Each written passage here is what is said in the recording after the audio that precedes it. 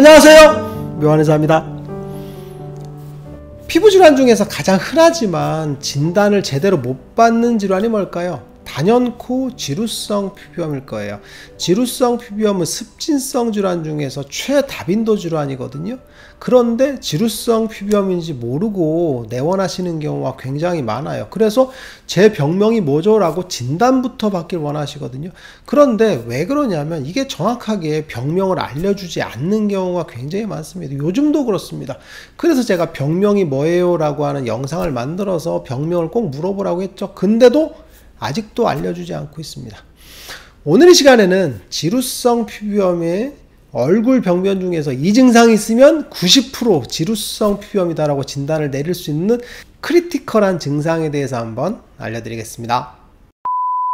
피부질환 중에서 가장 흔한 게 뭐냐면 습진입니다. 습진. 피부질환에서 만성 피부질환에서 90% 정도는 습진이라고 보시면 돼요. 무슨 피부염이라고 하잖아요. 우리가 흔히 뭐 접촉성 피부염, 아토피 피부염, 화폐상 습진 이렇게 얘기하는 습진, 이게 바로 피부염인데 피부질환 중에서 만성적인 병변을 보이는 건 90% 정도는 습진이라고 보시면 돼요. 근데 그 습진 중에서 가장 최다빈도 질환이 뭐냐면 지루성 피부염입니다. 즉 지루성 피부염은 피부질환 중에서 가장 흔한 만성적인 형태를 보인다고 보시면 되는데, 문제는 뭐냐면 본인이 지루성인데도 불구하고 지루성 피부염인지를 모르는 경우가 굉장히 많아요. 그러면 왜 모를까요? 첫 번째는 이게 지루성 피부염이라고 진단을 해야 되는 걸 모르는 경우가 굉장히 많습니다. 좀 슬픈 얘기인데 양방 피부과적으로 보면 지루성 피부염은 연구가 거의 되어 있지 않아요. 그래서 진단 기준 자체도 발전이 없습니다. 옛날에 진단 기준이 지금도 계속 쓰이고 있는데 이게 바로 지루성 피부염을 진단하지 못하는 이유라고 보시면 돼요. 굉장히 모호합니다. 뭐 두피랑 얼굴에 습진성 병변인데 그죠? 피지 분비가 많은 부위에 생긴다라는 그런 진단만 돼 있거든요. 그런데 지루성 피부염의 진단이 왜 잘못되어 있냐면 지루성 피부염은 굉장히 넓은 질환입니다. 근데 알고 보면 넓은 질환인데 모르고 보면 굉장히 좁거든요. 그래서 저번에도 얘기했던 것처럼 겨드랑이의 습진이나 사타구니의 습진, 그죠? 귀의 습진 이런 것들, 그리고 구순염 이런 것들도 지루성 피부염의 한 증상일 수 있기 때문에 넓게 봐야 돼요. 근데 그걸 넓게 보지 못하는 경우가 많죠. 그래서 모르고 진단을 못 내리는 경우가 가장 큰 원인이라고 보시면 돼요. 그리고 두 번째는 지루성 피부염이 경미한 경우에 진단을 못 내립니다. 무슨 얘기냐면 얼굴 지루성 피부염이 경미하게 생기면 약간의 홍조 형태를 보이거든요. 아니면 여드름 형태를 보이는 경우가 많아요. 이런 경우에 단순 홍조로 생각해서 레이저 치료를 할 생각만 하지 지루성 피부염이 경미하게 있다는 생각을 하진 않는 거죠. 그리고 여드름이 약하게 있는 경우에도 이게 간지러움과 같이 있는 경우가 흔한데 이런 경우에도 그냥 단순 여드름으로 보고 여드름 약을 주거나 피부 관리를 쪽으로 유도를 하는 경우가 많죠. 그래서 경미한 경우에 진단을 못 받는 경우가 굉장히 많아요. 하지만 경미하다고 해서 지루성 피부염이 아닌 건 아니죠.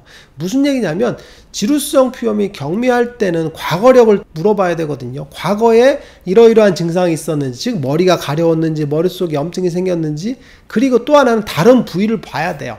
홍조가 있는 경우에도 머리가 가려운지 머릿속이 붉은지를 봐야 되고, 그리고 가슴 부위에 여드름 같은 형태가 있는지, 그리고 겨드랑이나 다른 부위에도 습진병변이 있는지를 꼼꼼하게 따져봐야 되거든요. 하지만 따져보지 않죠. 단순히 홍조라고 생각해서 레이저를 할 생각만 하지 기본적으로 피부염이 있는지를 찾을 생각은 잘 안 하거든요. 그래서 모르는 경우가 많아요. 왜? 경미하기 때문에. 경미한 경우는 그냥 단순히 미용 목적의 시술을 하는 게 더 편할 수 있거든요. 그래서 모른 척 하는 경우들도 많다고 보시면 돼요. 그리고 세 번째는 지루성 피부염인 경우인데 접촉성 피부염으로 진단하는 경우가 굉장히 많습니다. 이게 왜 그러냐면 피부염이 생겼죠. 근데 환자분을 생각할 때는 화장품을 발랐더니 피부염이 뒤집어졌어요 라고 하죠. 그리고 뭘 했더니 뒤집어졌어요 라고 이야기한다는 얘기죠. 즉 인과율을 얘기하는 거거든요. 뭐 했더니 뒤집어졌다. 그래서 피부과에 가서 뭐 화장품을 발랐더니 얼굴이 이렇게 됐어요 라고 뭐라고 진단하겠어요? 뭐 했더니 뭐 했어요? 즉 원인과 결과니까 접촉성 피부염이라고 진단을 흔히 해버리죠. 뭐 했더니 피부가 뒤집어졌으니까 뭐에 접촉됐더니 접촉성 자극 피부염으로 생긴 거죠. 그러니까 접촉성 피부염으로 진단할 가능성이 굉장히 높고 그래도 되거든요. 그래서 쉽게 그냥 접촉성 피부염이다 라고 얘기하고 그냥 스테로이드 같은 걸 처방해 버리는 거죠. 근데 이게 바로 꼼꼼하게 진찰하지 못하는 문제가 있죠. 접촉성 피부염이라고 하더라도 환자 말을 다 믿을 건 아니죠. 왜 그랬는지 처음부터 과거에는 없었나요? 과거에는 얼굴이 붉지 않았나요? 혹은 다른 부위에 습진이 없나요? 이런 걸 같이 물어봐야 되거든요. 근데 묻지 않는 경우가 많죠. 그리고 네 번째는 여드름이나 주사 피부염이 지루성 피부염으로 진단되지 못하는 경우가 많아요. 여드름 같은 경우에도 지루성 여드름이라던가 지루성 피부염의 구진형 타입이 여드름과 굉장히 혼동되거든요. 이런 경우에도 진단을 못 받는 경우가 많고, 그리고 주사 피부염 같은 경우 중에서 이제 구진 농포성 주사 같은 경우는 실제로는 지루성 피부염과 굉장히 혼동되거든요. 그래서 오진이 나는 경우가 굉장히 많습니다. 그러면 왜 이렇게 진단이 어려우냐면 지루성 피부염의 얼굴 타입을 몰라서 그래요. 그래서 제가 지루성 피부염의 얼굴 타입을 네 가지로 분류를 했잖아요. 첫 번째는 홍조형 타입이죠. 얼굴이 붉어지는데 얼굴이 근질근질하거나 벌레가 기어가는 듯한 느낌이 드는 경우가 많습니다.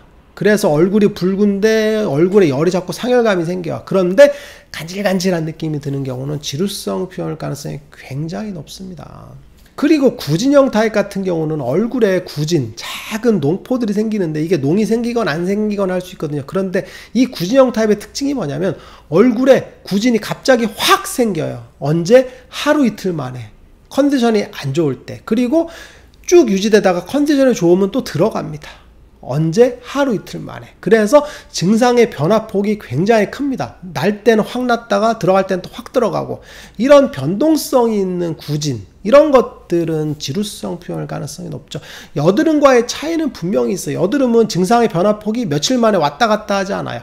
그죠? 한 열흘, 20일 정도 여드름은 생겼다가 열흘, 20일 만에 또 천천히 들어가는 형태를 보이는데, 지루성 피부염의 구진형 타입은 컨디션이 좋으면 확 들어가고 컨디션이 나쁘면 확 생기고 하는 그런 증상 변화폭이 꽤 빠르다고 보시면 돼요.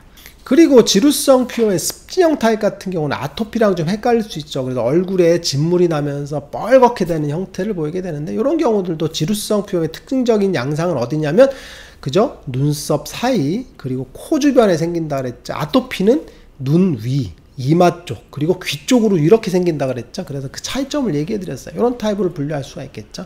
그리고 지루성 피부염의 모낭염 타입 같은 경우는 모낭염과 지루성 피부염을 같이 겹쳐서 여드름과 혼동되거나 이런 경우들이 많은데, 지루성 피부염의 세균 감염에 의해서 생긴다라 보시면 돼요. 그러면 본론으로 들어가서 지루성 피부염 얼굴 병변에서 이 증상이 있으면 지루성 피부염일 가능성이 90% 진단 가능하다라는 게 뭘까요? 이 크리티컬한 증상을 한번 알려드릴 거예요.